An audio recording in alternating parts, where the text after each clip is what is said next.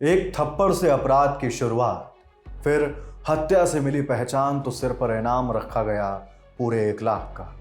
फिर एनकाउंटर जिसे सुन दूसरे गैंगस्टर भी कांप उठे। आज आपको कहानी बताएंगे यूपी के उस गैंगस्टर की जिसने पुलिस से लेकर सरकार के नाक में दम कर रखा था। एक दो नहीं, 35 मुकदमे, आखिर में एनकाउंटर हुआ। हम बात कर रहे हैं यूपी के गैंगस्टर विनोद उपाध्याय की, जिसके एनकाउंटर की खबर जैसे ही मिली सोशल मीडिया पर तहलका मच गया। एनकाउंटर का जिक्र हो तो सबसे पहले जहन में नाम आता है उत्तर प्रदेश। पिछले कुछ समय से उत्तर प्रदेश में धड़ाधड़ एनकाउंटर की खबरें आई हैं। रात के गुप्त अंधेरे में एक और नाम इस लिस्ट में जुड़ गया है, विनोद उपाध्याय। पूरी घटनाओं को पहले मोटे शब्दों में समझें तो गैंगस्टर विनोद उपाध्याय को पकड़ने के लिए यूपी एसटीएफ ऑपरेशन चला रही थी। देर रात कहें या तड़के सुबह, घड़ी में समय था 3:30 और तारीख 5 जनवरी लग चुकी थी। सुल्तानपुर जिले में एसटीएफ और विनोद उपाध्याय का आमना सामना होता है। एसटीएफ विनोद की तरफ बढ़ती है। एसटीएफ के मुताबिक विनोद गोली चला देता है और एसटीएफ जवाब में फायर करती है, जिसमें गैंगस्टर विनोद को गोली लग जाती है। गंभीर हालत में विनोद को अस्पताल ले जाया जाता है, लेकिन इलाज के दौरान उसकी मौत हो जाती है। इसकी पुष्टि की है यूपी एसटीएफ के डेप्यूटी एसपी दीपक सिंह ने।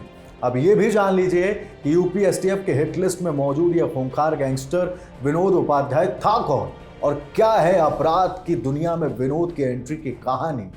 विनोद अयोध्या जिले के पुरवा का रहने वाला था। उसकी कहानी शुरू होती है सिर्फ एक थप्पड़ से।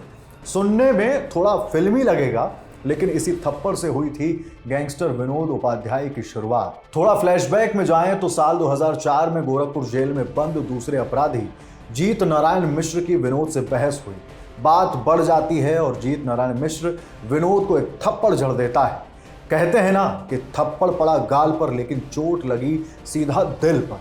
कुछ इसी तरह विनोद उपाध्याय को भी यह थप्पड़ चुभ जाता है।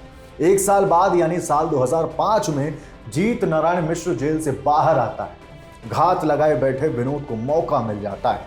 संत कबीर नगर बखीरा के पास विनोद जीत नारायण की हत्या कर देता है और यहीं से होती है गैंगस्टर विनोद उपाध्याय की बिगनी।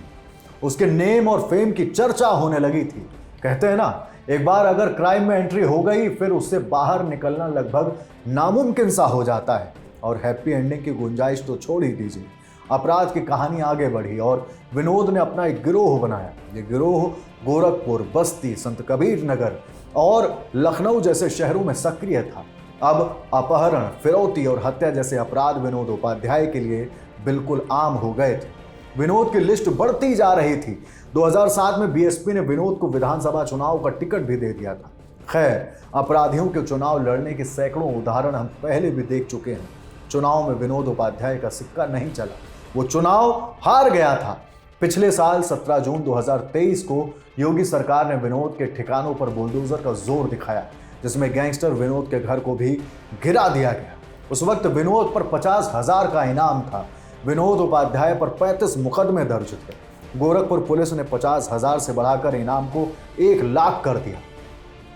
7 महीनों से यूपी एसटीएफ उसकी तलाश में थी। 5 जनवरी तड़के सुबह एसटीएफ की तलाश पूरी हुई और इसी एनकाउंटर से खत्म हुई विनोद उपाध्याय की कहानी। इस खबर और विनोद उपाध्याय को लेकर हमारी नज़र लगातार बनी हुई है। जो भी अपडेट आएगा आप तक हम ज़रूर पहुंचाएंगे। आपके लिए ये सारी जानकारी लेकर आई थी हमारी साथी विभावरी दीक्षित।